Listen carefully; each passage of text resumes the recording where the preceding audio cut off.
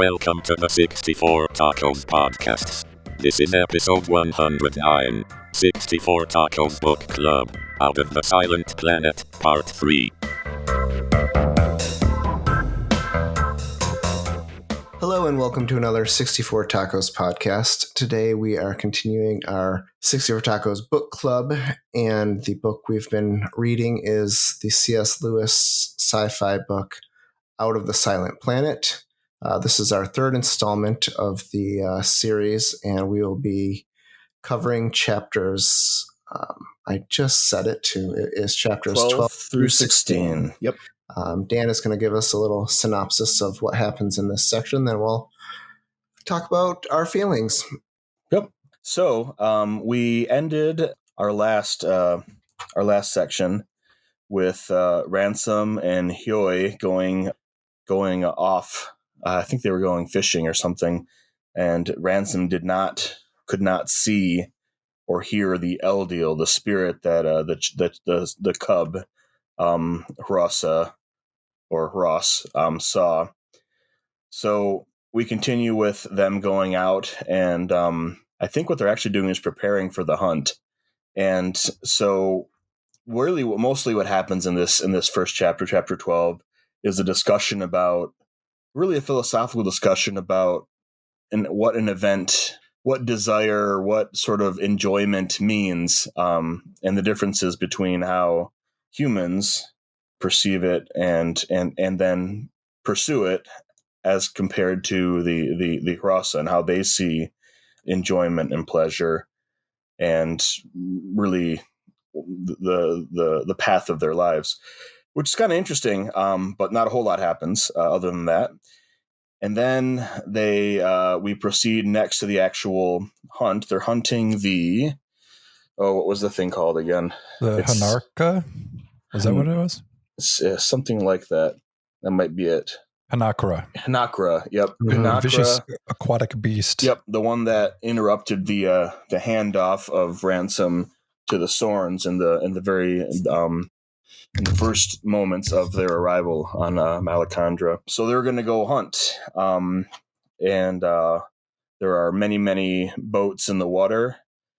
Ransom is given sort of a place of honor in that honor or practicality, because it's unlikely that he could actually paddle the boat as quickly as the other two occupants of the boat, which are Wynn and his friend Hyoe, the first Ross he meets. And they take turns paddling, and they're trying to find the right spot in the currents where the beast is going to pop out. Everyone's very excited to go on this hunt, and as they're sort of trying to find the perfect spot, hoping to be the ones to actually to kill the Hanakra, there ends up being an Eldiel sort of being that appears, although Ransom still can't see it. Hyoe sees it, and it comes over, but Ransom can actually hear it this time, and he hears the words it says, and what it basically says is, this human needs to go speak to Oyarsa. He should have done so already. And that is the thing that needs to happen. It is aware of the other two, the bent humans from Thulkandra, which is, what Earth is apparently, the silent planet. It says it's very important that Ransom goes to speak with Oyarsa to see what happens next, to see what Oyarsa wants him to do. So as they're sort of disappointed that they won't be able to participate in the actual, have the chance to kill the Hanakra, at that very moment, it appears before them, and between Ransom and Hyoe, and with Wynn piloting the boat, they're able to kill it. And then with great satisfaction, they're up on the bank of the river, and they're enjoying the fact that they just managed to kill the great beast. And Hyoe says that for his whole life, he has only ever he has always wanted to be the slayer of the Hanakra. And then at that exact moment, a gunshot rings out, and from somewhere in the woods, either Weston or Divine has fired on them and actually shoots Hyoe in the chest, and he dies. And at that moment, Wynn says, "This is what comes of not following the will of Oyarsa. You should already have been gone." So despite his misgivings and his offers, his desire to perhaps selfishly, atone for the tragedy or give himself up in some way, he agrees to make the trip to Oyarsa and appear before him or her. Don't want to misgender Oyarsa. I don't know.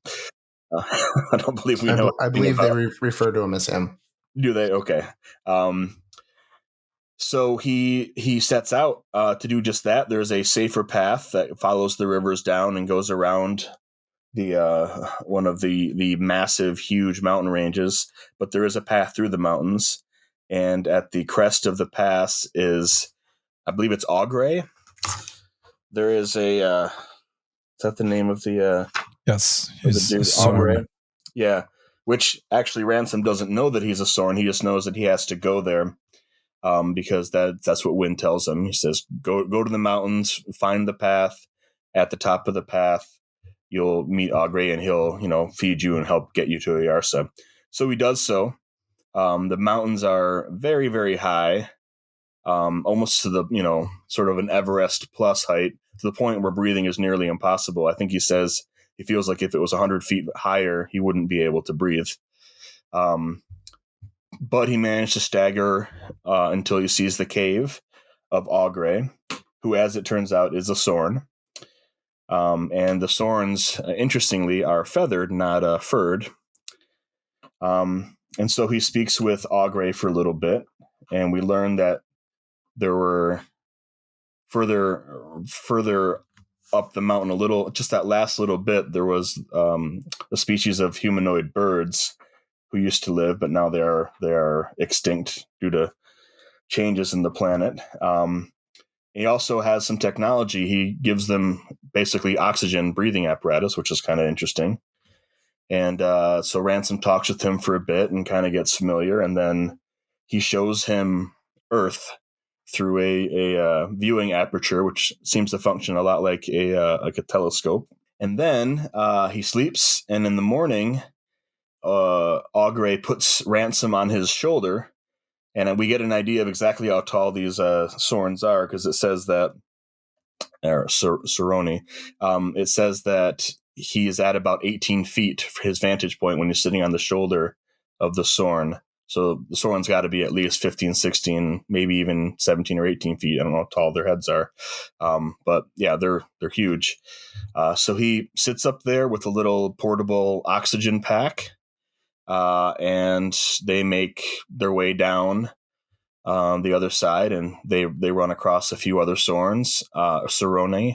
And when they get to a village or a grouping where a bunch of Soroni live, he is brought sort of before a I don't know if he's like a doctor or a scientist or some sort of august figure, but basically the Soroni, him and his assistants, very thoroughly try to get all the information that Ransom has about Earth out of him by just asking very detailed questions and moving on from subject to subject. And whenever something comes up they don't know about, they ask him questions about that. And so Ransom spends a long day answering questions, maybe a long night. And then that's where we wrap up. I think we're about to head to meet Oyarsa next, but we have not yet done that. So I felt like this section was there was fewer things happened, even though a couple of big things happened, like the death of Hioi and the battle with the Hanarka, and then also meeting a Sorn. But much of it was spent sort of philosophical discussion about the differences between our planet and Malacandra, and the humans and the other beings that exist on Malacandra. Zach, why don't you get us going? What'd you think? I liked it. I liked how it didn't really dwell on any specific theme for too long. I was getting scared that the time Ransom was spending with the Harassa was going to be more of like a Dances with Wolves type of thing, and luckily it was not that. He kind of integrated a little while, and then it was clear that he needed to move on to go and see this Oyarsa fellow, and I like the changes of scenery. The changes from what he was doing with the Harassa, and then moving on to the mountainous terrain and meeting Augre. And I loved when Augre was like, "Smell on this if you need to." That's it's like here's some oxygen to keep you alive. I thought that was really cool, and I overall I really like this section. Probably maybe a little bit more than some of the earlier sections, just because it seemed like it was kind of moving quickly, and while there was still a lot of filling in the gaps and talking about the characters and the different races, it kept the story moving and got me excited about what was coming up next. Yeah, it was interesting seeing the human element unravel as the Harassa and the Soren learn about the differences between their races and the human race, and how flawed the human race is in regards to violence and war and all that stuff, and how Ransom just can't quite wrap his mind around the fact that there isn't a dominant race. There's the three sentient races, and then there's a godlike creature that rules over all of them, and he just can't believe that none of them are more empowered than the others. It's very interesting that at least this the two races we've met, they both just think that things are the way they are because that's the way they were destined to be. Like everything is predetermined. We get a lot of that in this, so I found that very interesting. Yeah, Matt, what are your thoughts on the section? I really enjoyed this section. I liked the philosophical talk some, but I really enjoyed whenever anyone was talking about the differences between the races. And like when they were talking about the otter people, the Soren was, and he's like, well, of course they wouldn't think that you couldn't breathe up here, Right. Better yet, they're like, and then if you had died, they would have made a great poem of it, and that would have been just as good. Just as good, I thought that was pretty funny too. Yeah. So this was fun. I'm excited for where we're headed. Looking forward to it. I also think it's interesting how, while the Saroni are a little, or at least Augre, this one that we've met, are a little sort of, I don't know what the right word is, but they're a little sort of exasperated. They're very dry. They're a little exasperated by the sort of the poetry and come what may of the Harassa, which is funny. But they basically say they know agriculture, they know fishing, they know poetry, and that is all they know. Right. But I don't know exactly, but think that they quite look down on them. No, it doesn't feel that way, does it? It's they respect them for having those abilities, and also that they have those limitations, and that is their station. Yeah, is to have those skills. Yeah, they acknowledge what they do well, and then the Harassa are, anytime you run into any sort of sticky question where sort of a that's difficult, they say, well, the Sorens would know about that. Or the Saroni would know about that. That's their deal, And then the Saroni, we hear a little more about the Fifiltrigi, I'm going to say it's pronounced, yes. The third race, because the Fifiltrigi are the ones who made the apparatus, the technology for Aughray, the breathing apparatus. Mm-hmm. And we learn there that they mostly like making things that are only beautiful to look at, that serve no purpose.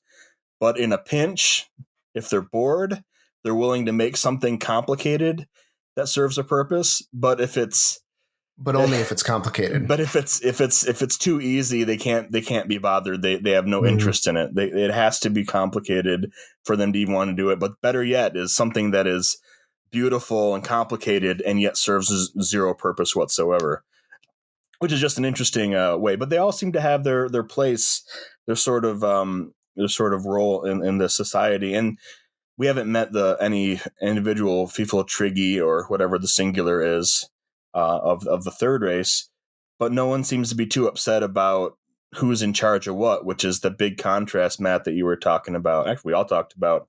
The contrast is interesting. They're just explaining how life is there, but of course we contrast that along with Ransom with how we do things, and humans don't come out looking too great. It's the greed and the need to dominate seems to be very, very unlikely in this planet. Not impossible. There are bent, now, as Hioi says it when he's trying to think back. Yeah, right. Every once in a while, somebody there's something wrong, but it's very rare. Any other thoughts? I liked I wish I would have gotten the book out, but I believe it was the last line of the of chapter 15 after he's looking through the telescope thing, and he sees Earth. He recognizes Earth, and he recognizes Europe, and then he recognizes perhaps even England. And he goes on to say, this is where all of the people have ever lived and all of the things have ever happened. And then he realizes he is at the lowest point he's ever been, with that realization. I'll read it. It says, "Yes," he said dully to the Sorn, "that is my world. It was the bleakest moment in all his travels." Yes, there you go. The bleakest moment in all his travels. Yeah, that one, that was a really good one. Yeah. There's a lot of great writing in here. Oh yeah. It's just, you can tell how talented of a writer is, because every line of his prose is sort of, it may, I don't know, I'm no great writer or writer at all, but some people, sometimes when you're reading a book, you're like, this is a great adventure and very interesting, but it's very workmanlike. But C.S. Lewis has the ability to, every sentence feels crafted, like you spent a little time thinking about it, and that's what makes things like this very readable. And not only that, he didn't want to be limited to the English language, so he created terminology from another world, an entire other language, and uses that as part of the the dialogue between the characters. So. Yep. We get rather than always referring to humans, he encompasses them as now, and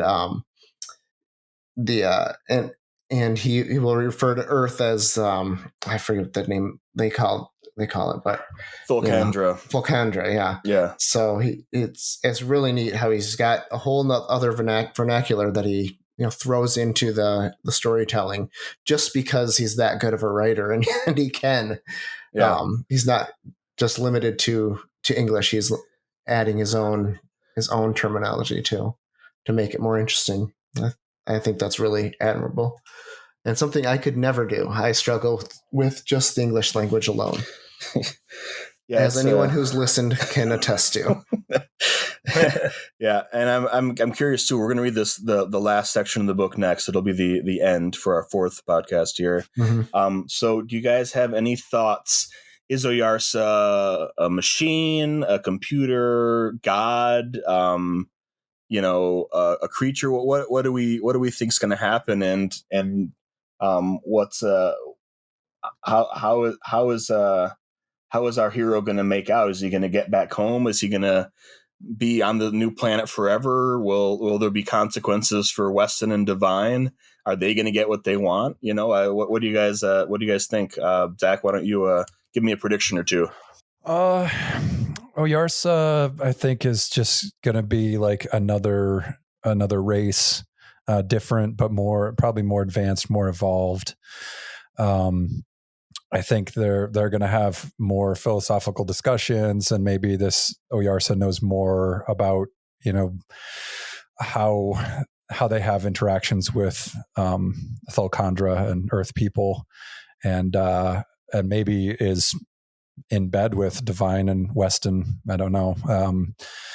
But yeah, I doubt that they're going to have any sort of repercussions for killing Hioi. It just doesn't really seem like there's like a societal justice system there, in the same way that we have on Earth, because they don't have people going around, or creatures going around murdering people all the time. But yeah, I expect that they'll probably be able to get back to Earth at some point. But since this is a trilogy of books, I don't know if it's going to happen in this book or not. So what you're saying? Those are my predictions. So what you're saying, Zach, is that on Malacandra, murder is akin to half an inch of snow in Tucson. Yeah, exactly. No one knows what to do, and everyone's paralyzed, and there's no system in place to deal with it. Can't understand this, and yes, as soon as people get in their cars, everybody crashes. Yeah. What do you think is going to happen, Matt? I think Oyarsa is going to be another race, possibly from another world where they have outposts on each planet. Weston and Divine, I think, will face some form of justice, but it'll probably be just like expelled from the planet. And I think our main character is going to stay behind. Yeah, Go ahead, Dave. I think that Oyarsa is more of a spirit, more of a god type entity. I don't think it's a race in the same way that the Man or the Soren or the Fiffletriggy are races. I think it's going to be a spirit type entity. I'm with Matt where I think they will get expelled. Like that will be talking about Weston and Divine. That is, they'll be expelled and sent back to Earth. But their punishment will be left there. Maybe exile will be their punishment. They won't be allowed to return. And I kind of want Ransom to be the representative of the Oyarsa, because they said there's no Oyarsa on Earth. Or I think they say there must be. How could there be it's the silent planet? We never hear from them, and right. How could there be an Oyarsa? Because when they ask him about war and murder and violence, the Saroni, they're like, well, that's impossible that there could be an Oyarsa, for that would not be allowed to happen. If right. So I'd like to think that Ransom will fill that role, maybe be a conduit for that or something. But they also said that the Oyarsa is an Eldiel, and yes, like the spirit thingies, the spirit its body is so fast, and I'm little that it ceases to be in any place because it is always in every place. It's quantum, baby. Right. And so kind of, there's a lot of Christian analogs here. Yeah. I think it's a pretty safe bet with C.S. Lewis that you're going to get some Christian allegory. Yeah. One way or the other. And they specifically say that they're everywhere, and they don't inhabit the planets so much as the planets are places in the heavens, which is where they are. Right. The Arsa. Yeah, because all the planets have them, and they also have some knowledge about Paralendra and can't remember the other one. Basically, the other planets in our solar system. The closest ones too. Yeah. Yep. And I also wonder, in the mid-30s when he was writing this, like when they look at Earth, he describes it as being silvery rather than blue, But then I thought, but had anyone taken a picture of the Earth at that point? I'm pretty sure not, right? So, no. So there's a lot of conjecture and stuff in there. Yeah. And I wonder even, how many of the planets, how sorted out was the planetary, stuff that we know that we grew up with? I don't know. Right. I don't remember the details of what happens at the end of this book because it's been so long since I read it. I am curious to find out how the lack or whether it's a lack of or never was a Oyarsa, or what the deal is with Thulkandra, Earth, the silent planet. I'm curious to see if we get a discussion as to why that is, Mm-hmm. or what. But and also there's another creature, Malildil, who is, I think he's above or below Oyarsa. Do you guys remember? I can't remember exactly how that worked. I believe it's above. So Malildil is the top of Malildil the Young. There it is. There was one god, Malildil the Young, and Oyarsa is sort of one step below him and is kind of an Eldil, but is one step above the Eldil. Mm-hmm. I also particularly like the description that they gave of how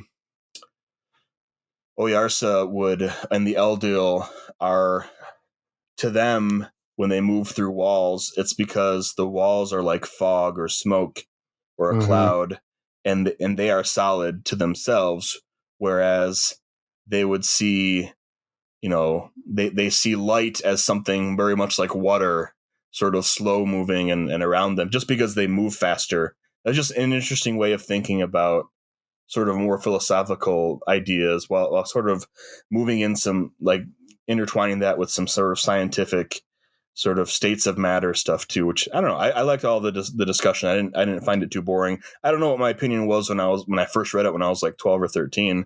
Mm-hmm. I probably skimmed over that waiting for the adventure.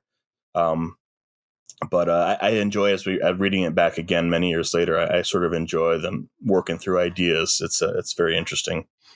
All right. Well, we're approaching half an hour here. Any final thoughts?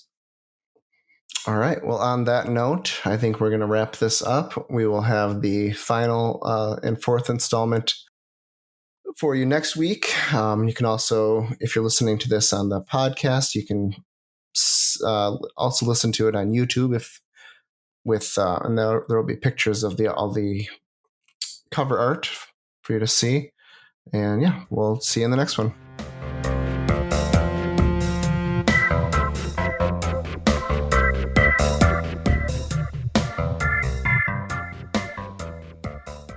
I caught it on audio.